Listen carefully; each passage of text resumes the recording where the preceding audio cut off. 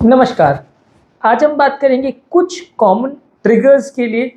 या कुछ common factors जो सर दर्द और माइग्रेन के अटैक्स को लेके आते हैं। आज हम उसके बारे में बात करेंगे कौन-कौन सी चीज़ों से आपको सर दर्द या माइग्रेन का अटैक आ सकता है,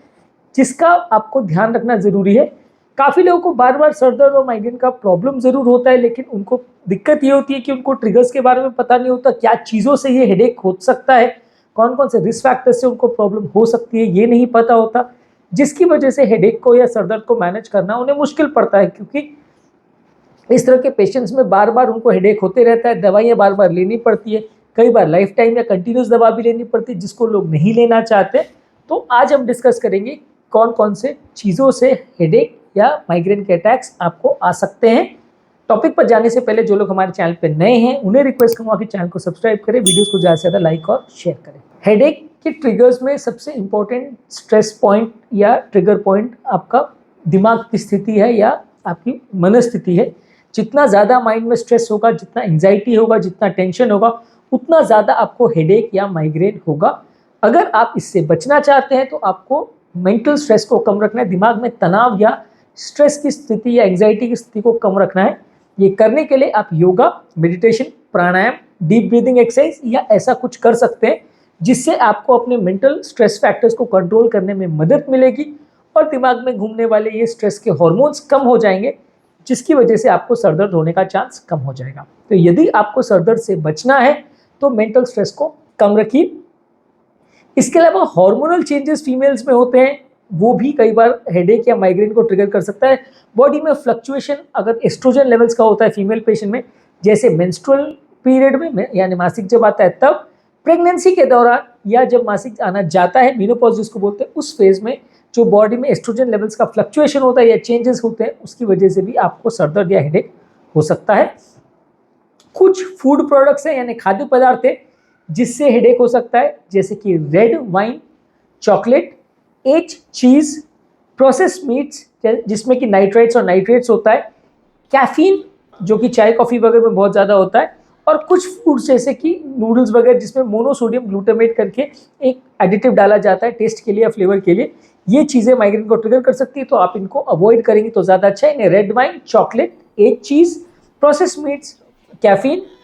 और नूडल्स वगैरह जिसमें चाइनीज प्रोडक्ट्स जिसमें एमएसजी यानी मोनोसोडियम ग्लूटामेट होता है। कुछ एनवायरमेंटल फैक्टर्स है जैसे कि ब्राइट लाइट यानी तेज रोशनी, बहुत लाउड नॉइज, बहुत तेज नॉइज, या बहुत स्ट्रॉन्ग परफ्यूम या केमिकल्स की स्मेल,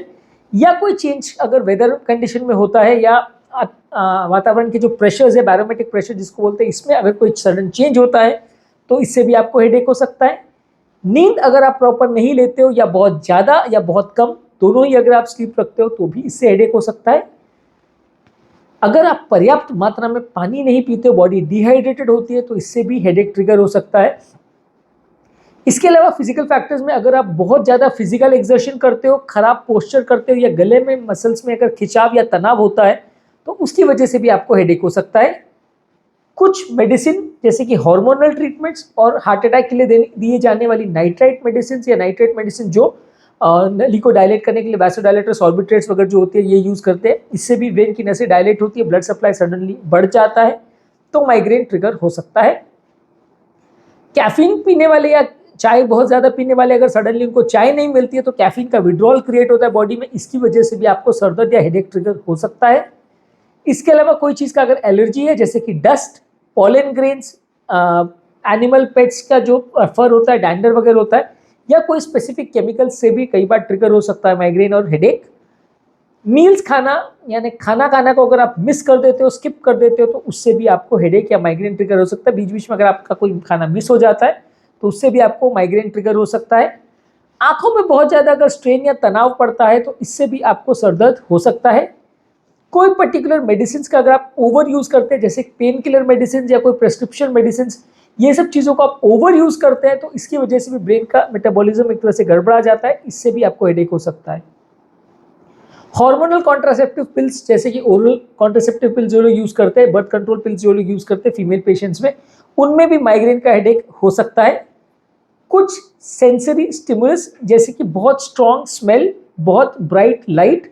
बहुत फ्लिकर करने वाली या चेंज करने वाली लाइट, बहुत क्राउडेड एनवायरनमेंट में अगर आप जाते हो तो ये सब कारणों से भी आपको हेडेक हो सकता है। बहुत एक्सेसिव फिजिकल एक्सर्शन अगर आप बहुत ज़्यादा करते हो, बॉडी को पर्याप्त मात्रा में रेस्ट नहीं देते, तो उससे भी हेडेक हो सकता है।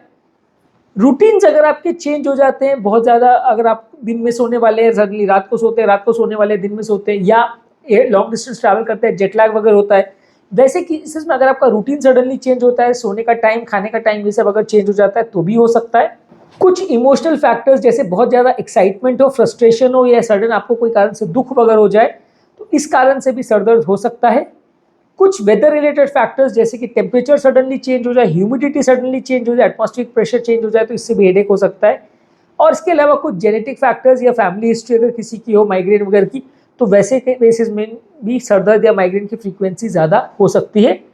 तो बेसिकली आज के टॉपिक में हमने डिस्कस किया कौन कौन से कारण या कौन कौन सी चीज़ों की वजह से आपको सर दर्द या माइग्रेन या हेडेक हो सकता है। डिस्कस करने का बेसिक पर्पज ये है कि इन चीज़ों को अगर आप प्रॉपर्ली अवॉइड करेंगे तो आपको हेडेक या माइग्रेन होने का चांस कम हो जाएगा। इन चीज़ों को आपको अवॉइड करेंगे तो एटलीस्ट आपको दवा लेने की रिक्वायरमेंट कम हो जाएगी। इसमें मेंटल स्ट्रेस है, हार्मोनल चेंजेस है, कुछ खाद्य पदार्थ जैसे रेड वाइन, एग चीज, प्रोसेस्ड मीट्स, कैफीन और फूड जिसमें मोनोसोडियम ग्लूटामेट होता है, कुछ एनवायरमेंटल फैक्टर्स जैसे कि loud noise, excessive environmental changes, कोई केमिकल का exposure, bright lights, crowded environment, नींद पूरी ना होना, खाना प्रॉपर टाइम पे नहीं लेना, स्ट्रेस बहुत ज़्यादा लेना, मेडिसिन जैसे नाइट्रेट्स वगैरह का प्रयोग करना, चाय कॉफ़ी जो लेने की आदत है उसको सडनली बंद कर देना, एलर्जी कोई चीज़ का हो जाना, आंखों पर या दिमाग पर बहुत ज़्यादा स्ट्रेन पड़ना, बॉडी पर बहुत ज़्यादा स्ट्रेन पड़ना, हार्मोनल चेंजेस होना,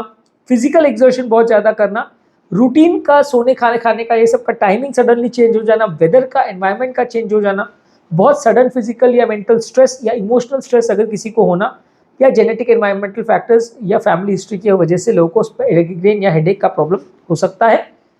टॉपिक एंड करने से पहले जो लोग हमारे चैनल पर नए हैं उन्हें रिक्वेस्ट करूँगा कि चैनल को सब्सक्राइब करें, वीडियोस को ज़्यादा से ज़्यादा लाइक और शेयर करें ताकि ये सबकी मदद हो सके इन वीडियो से।